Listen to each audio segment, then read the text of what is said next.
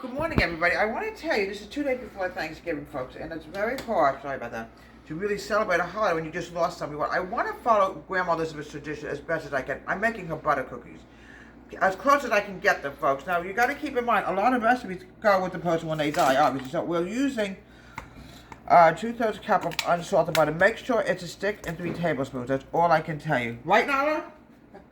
Hi, Nala's going to have turkey on Thursday. You know, turkey? All right, make sure, if you can, you can use any kind of unsalted butter, folks. Let me watch this. Hi, baby. So just Okay. She had a specific recipe. I can't tell you, folks, if it's 100%, we'll try our best. We're going to add in a half a cup of sugar. Now, what I want to do is I want to cream this together. Now, I don't know what happened to any of my cookie cutters. Some of them could have disappeared in the move, so we'll have to do the best we can. We have one that we're going to attempt. I'm going to use this one. This is, you know, it's a cute little cookie cutter. Now, I want to mix this up.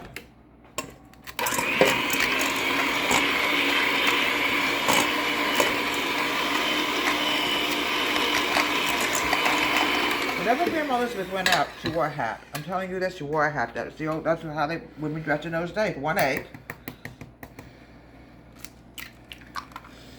It's very hard. It's also hard for Grandma Elizabeth to celebrate her first Thanksgiving without her husband also. It's not easy when you lose somebody. 1/2 teaspoon of, what am I doing? Vanilla. I gotta add in the baking, but we're gonna have to wash this in a minute. Same thing with the baking powder.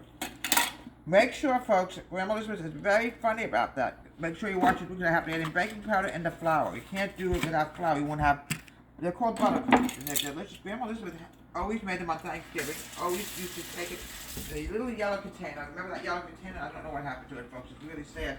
A lot of stuff just gets lost in meat. All right. 1 3/4 cup of flour. Here we go. Now it's going to get very thick, the dough, folks. I also want to add in my baking powder before I forget to do that. Okay. Got to see where that 1/2 is. I can't see it too well. Gosh. Here it is. No, that's not it. I just had it in my hand a minute ago and I can't find it. Here it is. 1/2 teaspoon of baking powder. Now, like I said, it's not 100%, might not be 100% sure what Grandma Elizabeth did, but we're trying to get it as close as we can to follow generation to generation, folks. Here we go. I'm going to use my hand. Now I'm going to start using.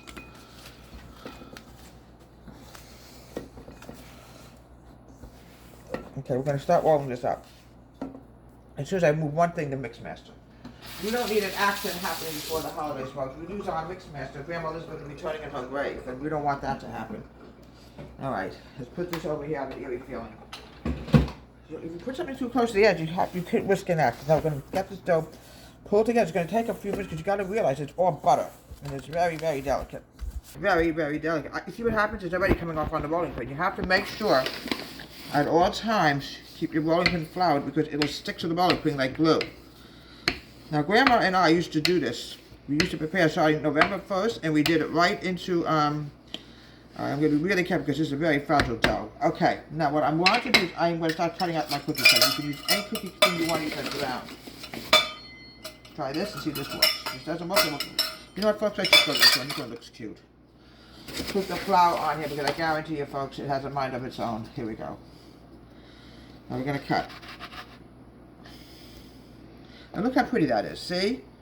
Now, what I want to do with this is I'm going to dip it into the egg whites. Here we go. Now into the ground walnuts. Here we go. Here we go. And we're going to put it here. Please be careful, folks.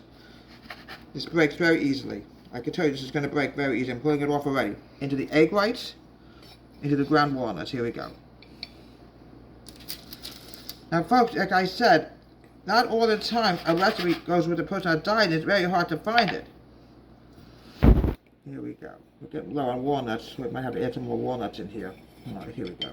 In the oven, I would say bake this for about maybe 10 minutes. It all depends on your oven, okay? Make sure you mix the sugar with the walnuts. It's fantastic. That's how Grandma Elizabeth made her butter cookies for Thanksgiving. 10 minutes. 350. And folks, here we have delicious, wonderful, delicious homemade butter cookies. This is what Grandma Elizabeth, this is her fine china, folks. I'm going to show you this. This dish is over hundreds of years old. I'm just letting you know it came from my grandmother's grandmother. Would you believe this? And I inherited this wonderful, wonderful dish. It stays in our dining room cabinet. It's something that was given to me. This dish means everything to me. So this is her famous butter cookies with the delicious chopped walnuts and sugar. Deborah, Tom Country Kitchen, have a great day.